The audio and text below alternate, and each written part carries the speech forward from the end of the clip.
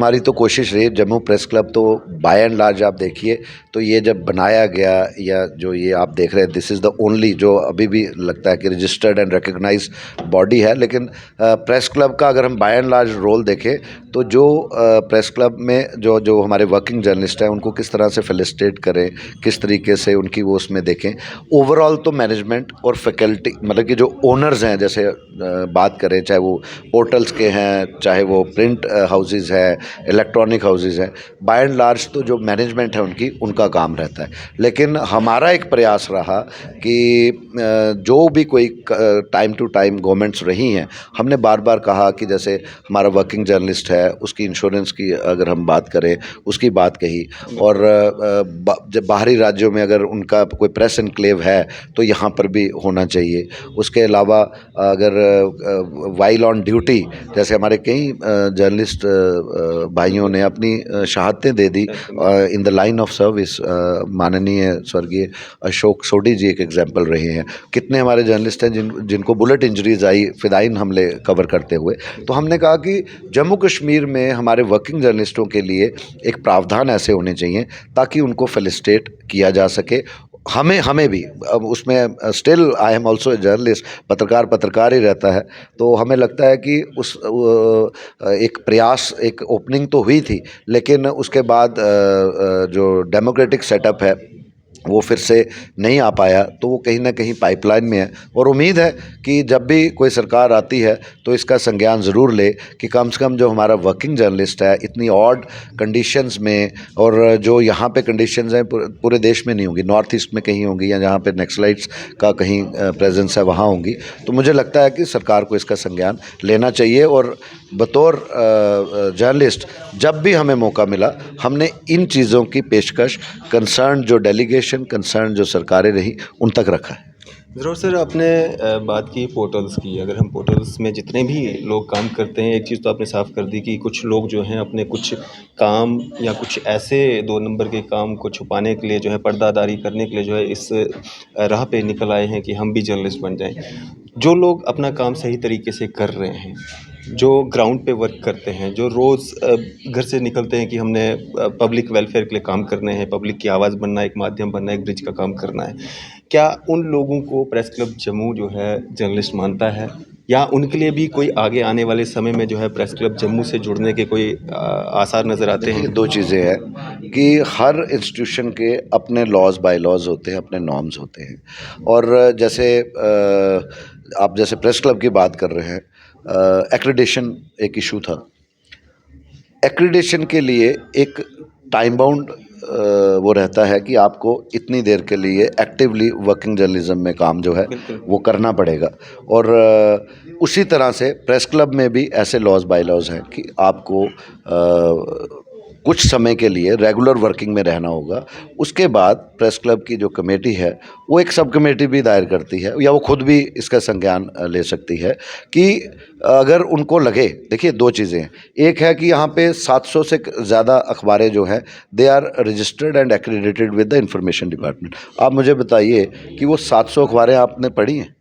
Sir, leading paper भी दिखाने में हज़ारों होते हैं, लेकिन ग्राउंड पे तो 100-200 तो होते हैं। हम बीइंग ए वर्किंग जर्नलिस्ट तो ये सारा को सारा प्रावधान होता है। उसके बाद में ये बेसिकली जो प्रेस क्लब है एक इंस्टीट्यूशन है, इसकी एक लिमिट है कि आप इससे ज़्यादा मेंबर्स अगर रखने हैं उसके लिए फिर प्रावधान चेंज करने पड़ते हैं। लेकिन हमारी पूरी कोशिश रहती है, जैसे आप जैसे बात कर रहे हैं, हमारी जो हमारे मेंबर नहीं भी हैं लेकिन वर्किंग जर्नलिस्ट है, अगर उनको कई बार डे टू डे ऐसे कई एपिसोड्स हुए हैं आपने कवर किए हैं, हमने लीड किया उन एजुटेशंस को कि जो वर्किंग जर्नलिस्ट के साथ अगर कहीं कोई गलती होती है, कोई ज़्यादती होती है, तो we as a community, we as a journalist ज़रूर हमने साथ दिया और आगे भी देंगे। तो कुछ बदलाव जिस तरह से जो कानून बने हुए हैं या जिस तरह से वक्त बदल रहा है, तो उस तरह से बदलाव प्रेस क्लब जम्मू आएगा। बदलाव से पहले उतना इंफ्रास्ट्रक्चर भी आपको चाहिए। उसके लिए जैसे हमने टाइम टू टाइम बात कही कि प्रेस क्लब को एक्सपैंड करने के लिए we require more land, we require more infrastructure, और जो अभी इन पाइपलाइन है। एज एंड व्हेन जब वो इंफ्रास्ट्रक्चर डेवलपमेंट होती है वो तो गवर्नमेंट ने देनी है। जैसे जहाँ हम बैठे हैं, आप इंटरव्यू कर रहे हैं, ये भी गवर्नमेंट की दी हुई है। तो हमारी पूरी we are hopeful the moment moment हमें वो इंफ्रास्ट्रक्चर हमारा बढ़ता है तो हम सबको कोशिश करेंगे अपने तरीके से अकोमोडेट करने की। ज़रूर सर, अब आपके सियासी करियर की ओर आते हैं। आपने कुछ समय पहले जो है भारतीय जनता पार्टी ज्वाइन की है, लेकिन बहुत कम आप दिखते हो भारतीय जनता पार्टी में। जो मीटिंग्स होती हैं, रैलीज़ होती हैं या बाकी सारे कोई भाषण वगैरह जो जिस तरह से नेता लोग देते हैं, उस तरह से आप दिखते नहीं हो। देखिए, भारतीय जनता पार्टी एक बहुत बड़ा परिवार है, बहुत बड़ा समंदर है, तो शायद एक अदना सा ज़ोरावर आपको दिख नहीं पाया हो। लेकिन मेरा ये मानना है कि जिस किस्म की भी जिम्मेवारी बीजेपी की लीडरशिप ने दी, कम ज़्यादा, तो हमने कोशिश की उसको पूरा निभाने की। और जैसे अभी सभी आप देख रहे हैं कि बिज़ी हैं राजस्थान और उधर, तो यहाँ पर हमें पीछे म्यूनसिपल के चुनाव होने वाले थे, तो हमें जो जिम्मेवारियाँ दी थी हम बखूबी कर रहे थे।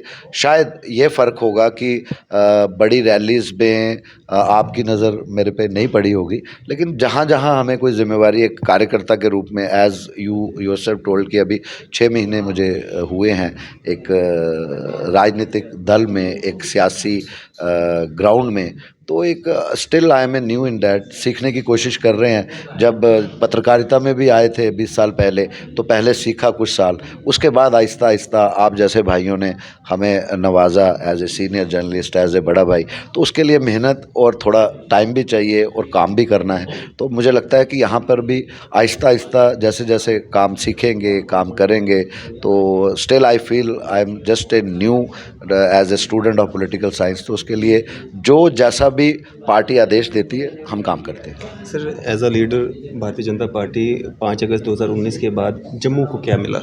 जम्मू को बहुत कुछ मिला, क्या नहीं मिला? आप बताएं, क्या नहीं मिला? शुरुआत वहीं से करते हैं। क्या नहीं? मैं आपसे सवाल पूछ रहा हूँ क्योंकि as a leader, as a journalist नहीं, एज अ लीडर आपको क्या लगता है जम्मू के साथ, जम्मू को क्या क्या मिला? सबसे बड़ी बात जिसकी आप बात कर रहे हैं, जम्मू को, जो जम्मू सिर्फ जम्मू नहीं, मैं जम्मू कश्मीर की अपनी बच्चियां और बहनों की बात करूंगा, जो उनके राइट्स आफ्टर मैरिज निकल जाते थे वो वापस रिस्टोर हुए। कितनी बड़ी उपलब्धि मानते हैं आप? खुद मानते हैं कि आज से पहले, इस 5 और 6 अगस्त 2019 से पहले, कोई भी बच्ची किसी भी ज़ात, धर्म, बरादरी की हो, अगर married outside the Jammu Kashmir हो, उसके सारे राइट्स ही आप सरकारें जो है कैंसिल करती थी।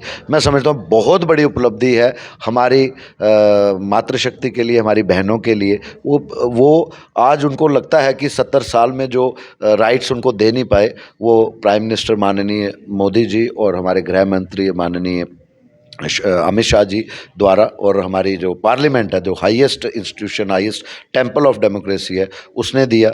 उसके अलावा अगर हम बात करें, जम्मू हमेशा रोता बिलखता आया, जिसमें हमारे बुज़ुर्ग, आपके बुज़ुर्ग और हम भी कुछ हद तक जब कॉलेज में थे अपने हकों के लिए लड़ते रहे, मिलते नहीं थे। तो हमें लड़ रहे हैं। नहीं, लड़ने में फ़र्क है। आप छोटी लड़ाई देख रहे हैं, मैं बड़ी लड़ाई, आप एक फ़ाइट की बात कर रहे हैं, मैं एक बैटल और वॉर की बात कर रहा हूँ। उसमें आपको एक वो बनना पड़ेगा। हमारी सीटें हमेशा कम रही, और जब भी बढ़ाने की बात आई तो पहले कश्मीर को देखा गया। अभी भी कम है, कम है, उतनी कम नहीं है जितनी होती कश्मीर के थी, मुकाबले कम है। बिल्कुल। और आगे आप देखेंगे, अभी आप ये देखिए कि एक जितना हमारा अखनूर है उतना शुपैयाँ है। तो ये जो डिस्क्रिमिनेशंस थी, ये 70 साल लगी। आप कहेंगे कि वो चीज़ें 7 साल में ठीक हों, उसके लिए वक्त लगेगा। और क्लियर जस्टिस सिस्टम जो प्रिवेल हो रहा है, वो दिख गया कि आपको 7 में से 6 सीटें मिली। क्या मिल सकती थी अगर 370 रहता? कभी नहीं मिल सकती थी। ये पहली बार हिस्ट्री में हुआ। अब हिस्ट्री जब से डेमोक्रेटिक सेटअप जम्मू कश्मीर में आया है, आप मेरे भाई बता दीजिए, डिलिमिटेशंस पहले भी हुई, ज़िले पहले भी बने, रिकमेंडेशंस थी 4 ज़िले जम्मू रीजन के बनने चाहिए, आपने 4 उधर भी दे दिए, जो जहाँ पर 1 देना था इधर 4 के 4 दिए। मज़ा तब था कि उस समय की सरकारें 8 इधर देती, 4 उधर देती। हम कोई कश्मीरियों के अगेंस्ट नहीं है, लेकिन जो कश्मीरी लीडरशिप का माइंडसेट था कि जम्मू को कॉलोनी बनाना, वहाँ बहुत हद तक मुझे लगता है कि डेंट पड़ा है उनकी सोच को। और आज आप देख रहे हैं, आज कहीं से वो आवाज़, जो मैं बड़े पिक्चर की बात कर रहा हूँ, बाकी छोटी बातों को अगर लेके हम चलें, या कुछ इश्यूज़ आज भी ऐसे हैं जिनको रिजॉल्व करना बड़ा ज़रूरी है और जस्टिफाइड इश्यूज़ है। मैं ये नहीं कहता वो इश्यूज़ नहीं होंगे, लेकिन उसके लिए वक्त लगेगा और हमें उम्मीद है कि जहां हमें 70 साल किसी ने बात नहीं पूछी जम्मू रीजन के लोगों के लिए, चाहे वो कोई भी हो, आज कोई ना कोई एक उम्मीद नज़र आई है। और सिर्फ उम्मीद नहीं नज़र आई, 2 इश्यूज़ आपको मैंने क्लियर कट बता दिए कि ये कभी नहीं हम सोच सकते थे कि ये हो सकता है, और वो कभी नहीं सोच सकते थे कि ये टूटेगा। ये बहुत बड़ी बात है। सर कोई आंकड़ा, कोई डिटेल है कि कितनी लड़कियां जो जम्मू कश्मीर यूटी से बाहर थी और हज़ारों। उनको उनका राइट मिला, हज़ारों हक मिला यहाँ पे? मेरे भाई, जिनकी भी शादियां बाहर हुई हैं, ये अगर डिटेल्स अगर क्योंकि चूंकि आज एक फंक्शन ऐसा था कि अगर आपने मुझे स्पेसिफिकली कहा होता, चंद नाम तो अगर आप स्पेसिफिकली मुझे कहते कि मैंने इस इशू पे बात करनी, तो ऑब्वियसली मैं कुछ आंकड़े लेके आता, क्योंकि फंक्शन एक ड्रग अब्यूज़ के खिलाफ था। तो आपने कहा कि इंटरव्यू करना है, तो डेट्स वाई मैंने कहा कि हो सकता है आपने उसी पे करना है। लेकिन मेरा ये मानना है, जितनी भी आपके पास आंकड़े हैं कितनी बच्चियों की शादियां आउटसाइड जम्मू कश्मीर हुई हैं? मेरे पास नहीं है। मैं वही बता रहा हूँ, जितनी भी बच्चियां, चाहे वो कश्मीर की, हालांकि कश्मीर की वो कम होगी, उसका रीज़न एक था, लेकिन जम्मू रीजन की बच्चियां मैक्सिमम पंजाब, हिमाचल, मैं नहीं, मेरी बुआ मेरे और पीछे, यानी कि किसी के ननकाने हिमाचल में है, किसी के ननकाने पंजाब में है, या किसी के उस तरीके से।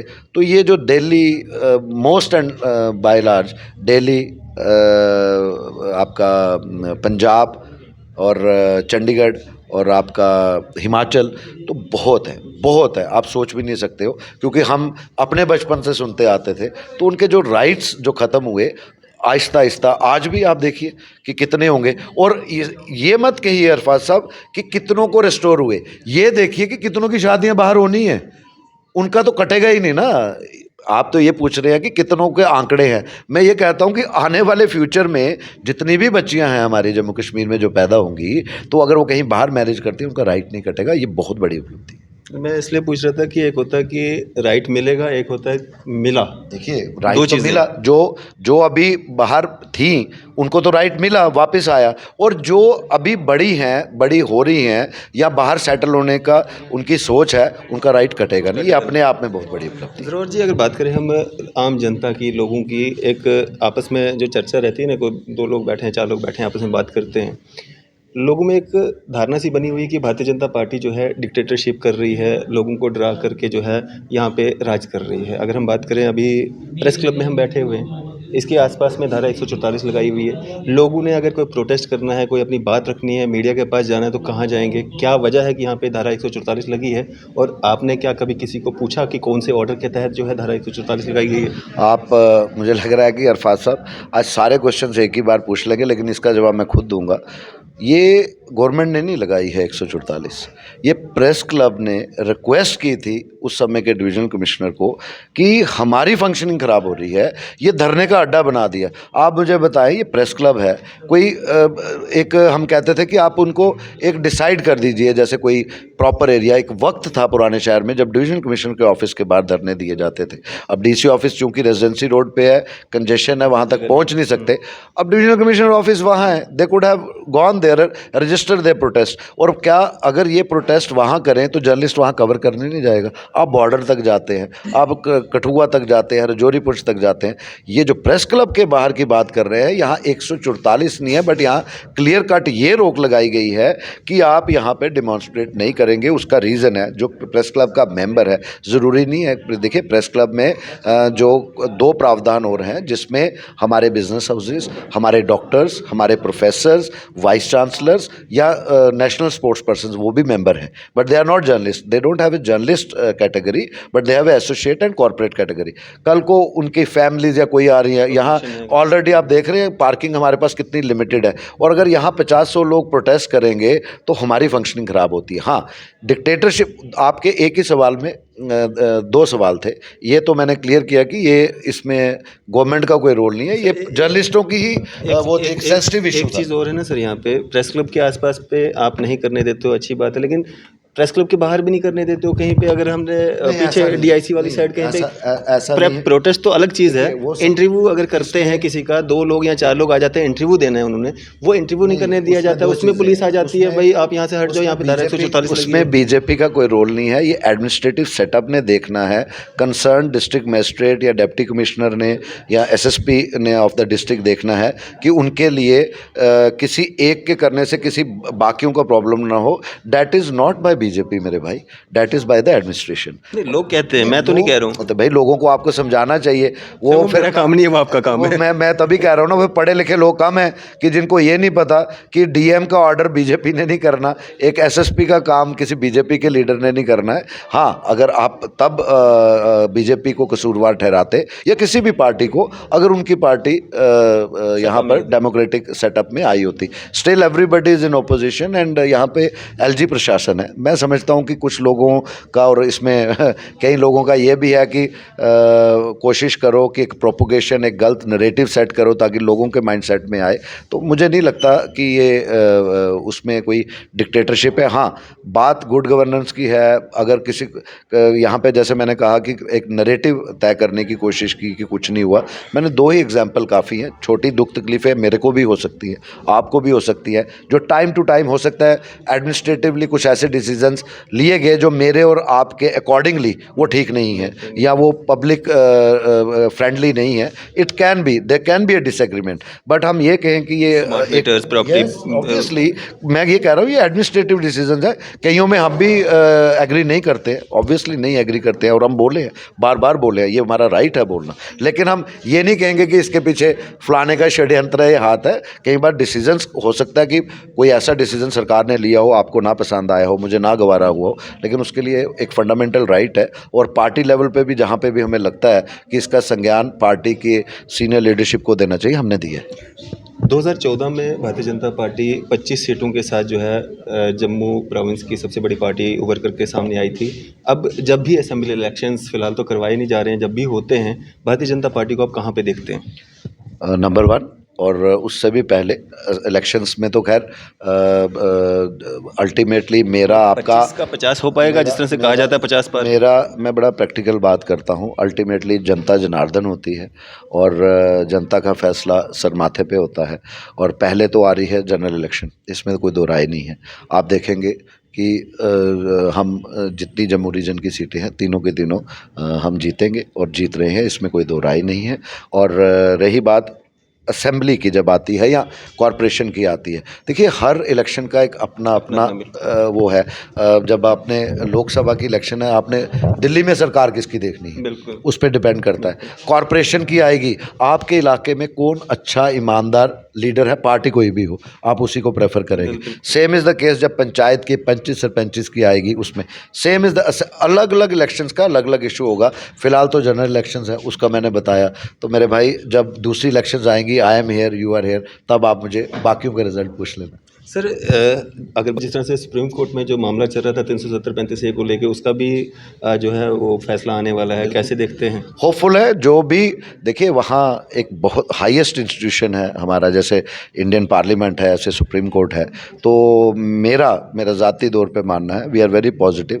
और सुप्रीम कोर्ट के आगे I am not a law knowing, तो मैं ज़्यादा टिप्पणी नहीं करूँगा। पर मुझे पता है कि वहाँ जो बुद्धिजीवी लोग बैठे हैं वो पहले भी सही फैसले करते आए हैं। आने वाले सालों में भी इस इशू को, क्या कोई भी इशू होगा, मुझे अपने सुप्रीम कोर्ट, मुझे मेरी अदालतों पे अपने आप से भी ज़्यादा और 100 नहीं 200% भरोसा है। सर, क्या एक मैसेज रहेगा आम जनता के लिए? मैं तो अरफाज साहब यही कहूँगा कि डेमोक्रेसी, पॉलिटिक्स या अपनी परिवार की डेवलपमेंट, अपने इलाके की तब तक है या इसलिए है कि हमारी आने वाली नस्ल, आने वाली कौम, आने वाली पीढ़ी तंदुरुस्त और चुस्त और पढ़ी लिखी हो। तो मैं आपके माध्यम से आपके देखने सुनने वालों को यही कहूँगा कि जो ये टीम जम्मू की लड़ाई है और जो ये कैंपेन हमने 10 साल हो गए शुरू किए, इसके आप भागीदार बने। भागीदार नहीं भी बनना चाहते हैं तो समाज को जगाने का प्रयास करिए। कहीं ऐसा ना हो कि एक तरफ हम बड़े बड़े ख्वाब, बड़े बड़े सोच लेकर चल रहे हैं, उस सोच को आगे ले जाने वाले जो हमारी राष्ट्रवादी सोच रखने वाली आने वाली नस्ल है, कहीं ऐसा ना हो कि वो ड्रग्स की चपेट में आ जाए और ये भी आप मानते हैं कि आज की डेट में जब न्यूक्लियर फैमिलीज़ हैं, एक एक दो दो बच्चे बिल्कुल, ये हैं, भी आप बहुत ये बड़ा कारण सोचिए है। एक सहाफ़ी ना होकर एक इंडियन होने के नाते, एक परिवार का सदस्य होने के नाते जिन बच्चों के लिए आप इतनी मेहनत कर रहे हैं, कल को वो उस स्टेज में आके कहीं बच्चा अंधकार में चला जाए तो आप किसके लिए कर रहे हैं? बिल्कुल। आपकी ज़िंदगी का मायने क्या रह जाता है? मेरा यही कहना है कि पॉलिटिक्स अपनी तरफ है, सोच अपनी तरफ है, ख्वाहिशें आपकी अपनी तरफ है, लेकिन आने वाली नस्ल को, सबके बच्चों को अपने बच्चों की तरह समझिए, तब जाके हम ये एक ड्रग फ्री जम्मू कश्मीर बना सकते हैं। और मुझे आपसे बड़ी उम्मीदें हैं कि हमारी इस मुहिम को आप जहाँ कहीं पे भी जाएंगे, इसको बाखूबी आप रेज़ भी करेंगे और जिसको कहते हैं कि हमारा जो पैगाम है, हमारा जो मैसेज है, वो आम जनमानस तक जाएगा। बिल्कुल, चलें सर, शुक्रिया हमारे साथ बातचीत करने thank you very much sir, thank you. तो ये थे हमारे साथ ज़ोरावर सिंह जम्वाल जी। अगर बात करें, हम सीनियर जर्नलिस्ट भी हैं और वाइस प्रेसिडेंट हैं जम्मू प्रेस क्लब के, भारतीय जनता पार्टी के सीनियर नेता भी हैं और टीम जम्मू के चेयरमैन भी हैं। आपकी इस सब पे क्या राय है? आप भी अपनी राय जो है ज़रूर साझा कीजिएगा। इसी तरह की मज़ीद अपडेट्स के लिए आप देखते रहें न्यूज़ सर इंडिया। मैं अरफाज़ अहमद डैंग, कैमरामैन शाहनवाज के साथ।